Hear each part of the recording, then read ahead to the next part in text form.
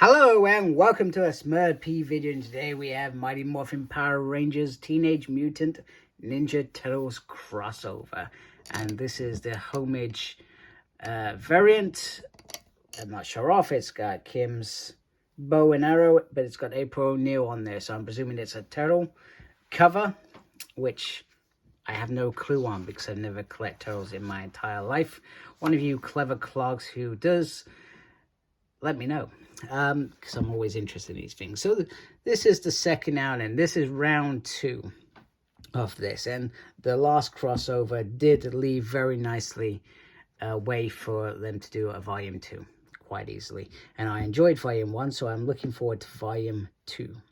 So this is written by Ryan Parrott, illustrations by Dan Mora, colors by Raul Angulo, letters by Ed Dukeshire, and if I said any of those names wrong, I apologize. I do not like saying names wrong. And over here, you have all the variants. There were loads of variants, absolutely loads. It was bonkers how many variants there were. So our story begins with Casey Jones, and he is following Corral. I think that's how you pronounce her name. And he is basically trying to find out about the Shredder. Where is the Shredder? We know that the witch from space took him elsewhere. However, there is a portal that arrives behind Casey, and he is knocked out. And yeah, summer vacation is over. And quite simply, we get, let me just this slightly. Is that a little bit better? I'm hoping that's a little bit better. There we go. I think that's a little bit better. And we, 1 week later, we are at Ernie's bar, and Zach has brought a couple of friends there. So you can clearly tell Mikey, Donnie are with them, and they're using some sort of device to, well, try and order some food. Some very weird food, if I'm being honest with you. We've got some weird, you know, pickles, oatmeal and chocolate going on, whatever. So April and Kim and Trini are talking about how quiet it is. April is a little bit worried about Rita coming back, etc. Whereas the girls, so Trini says, well, Donnie and Billy have got sensors on the moon, and Zordon is keeping it on the grid. Kim, are you worried about it? She just says she's trying to say rehydrate, which is a bit weird. So April says it's I guess the reporter in her to expect bad things to happen. And meanwhile, Bulk and Skull want to catch up with April and to be able to do some special interviews with her because, you know, they're close friends with the Power Rangers. Not. Anyway. Meanwhile, Billy and Donnie are catching up about the lasers and how his hands were exposed, etc. And Donnie really wants to try and go out in public again as a Power Ranger. You can see the blue outfit there, which is what Leo wore. And he talks about the shadow morphers and how it would be quite cool to use some of that Morphin energy. Meanwhile, there is a training session going on between Leo and Jason. So Leader's thrashing it out and talking about how the noises, well, they're a bit distracting. So afterwards, they start talking, and their talk leads them to their seconds in command. So you got Ralph and you've got Tommy, and they pick up the point with both of them that if you ever say that you've made a mistake and that they're right, you will never leave it down, and you'll never be considered the one to lead the team. Which I guess in terms of Jason's world in particular, we know that Tommy eventually becomes the White Ranger and becomes leader of that team, and that progression does happen. Bear in mind that Jason in the comics has sort of been reconned via Ryan, that they managed to manage manage that they're going off to be a Mega Ranger, and that's why it sort of makes a bit more sense than the TV show. But hey, I think it's great that it's touched in here. Meanwhile, Raph and Tommy with Tyler, and Tyler is saying about some of the enemies going missing, but also more importantly, Casey Jones is missing.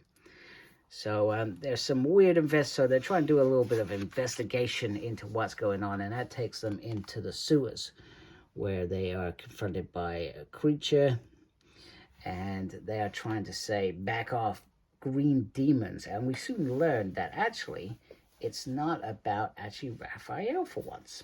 It's actually about Tommy, because it's the Power Ranger that's been doing whatever damage is going on. So we get our first hint that there is a Ranger out there doing stuff, abducting the bad guys. And sooner or later, he's going to come for all of us. So meanwhile, Stockman is in prison, and there is a breakout. Goldar and Rocksteady are doing it. Now, I actually read this incorrectly, but it actually goes like this, and you see this whole monologue going up the stairs until they break out, which is pretty cool. And then it leads into this awesome, awesome double spread that I feel would have been better if it was in the center page, which was a couple pages back. So they are caught out by the Power Rangers, and the Teenage Mutant Hero Turtles are teaming up, which is phenomenal. Great stuff going on there. And so pretty much throughout this fight, there is lots of quibs, a lot of banter, and to be honest with you, a lot of fun. And, well, we see Raphael not using his head. He gets caught out, for example. So meanwhile, Casey Jones returns, and Raphael, first of all, gives him a little whack around the head. Hey, don't do that. Don't leave us. And he gives him a big hug because he loves him. So it's quite cool. So Casey mysteriously returns, and by mysterious, Stockman is against the edge, and Casey goes and says to Donnie, go help the others, and then Trini's like, no, we're not going to leave until this one's back in jail. So it's only because of Trini's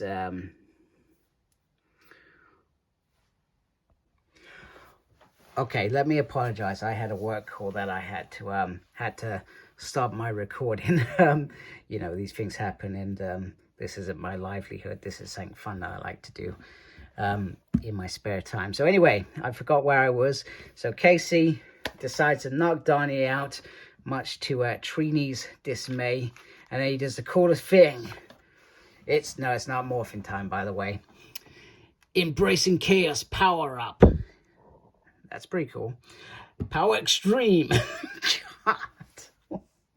Oh, Ryan. I guess wherever they are, wherever Shredder is, wherever Rita are, they've got some chaos magic going on. Now, I'm sure that will be explained around, but when I read this, I thought, what the... Anyway, it's still quite cool. I still find it cool. So, anyway, Casey Jones is now an evil Power Ranger. He's been turned to the dark side. No, that's Star Wars. This is Turtles. This is Power Rangers. He's been turned to whatever side is not the good side. So, there's a Ranger, and he is taking them out very, very quickly. And then it's pretty much Rocksteady, Goldar, whatever his name, Stockman, get in this damn portal. So then Leo and Jason are looking at each other saying, we can't let him leave. And he says, you can't stop me, Leo, not this time. And this is the way it has to be. It's a brave new world, my friends. I'll see you again. I'm surprised there's no laughter at the end, because that's what I would have put. Anyway, that was terrible. So a very cool start, very interesting start, and the fact that they've turned a good guy bad is usually quite interesting.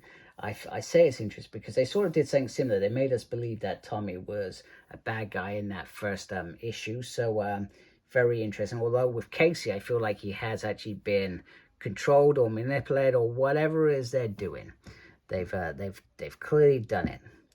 So These are more variants, I think, that it's telling you about. And there was a lot. And then on the back, it's just got this. And that's where it says homage variant. So, very, very cool. Very good to have the Turtles and the Power Rangers teaming up. Like I said, I did enjoy the first one. I enjoyed this. It was a start. And it didn't have to go in the way that it did with the first one. Because now they're all friends and they all know each other. And I'm really looking forward to seeing how this pans out. So if you like my video, please support my channel by subscribing. I'd really appreciate it. Thank you to those that are already subscribed. Make sure you look after yourself. As always, embrace geekiness. Take care. Goodbye.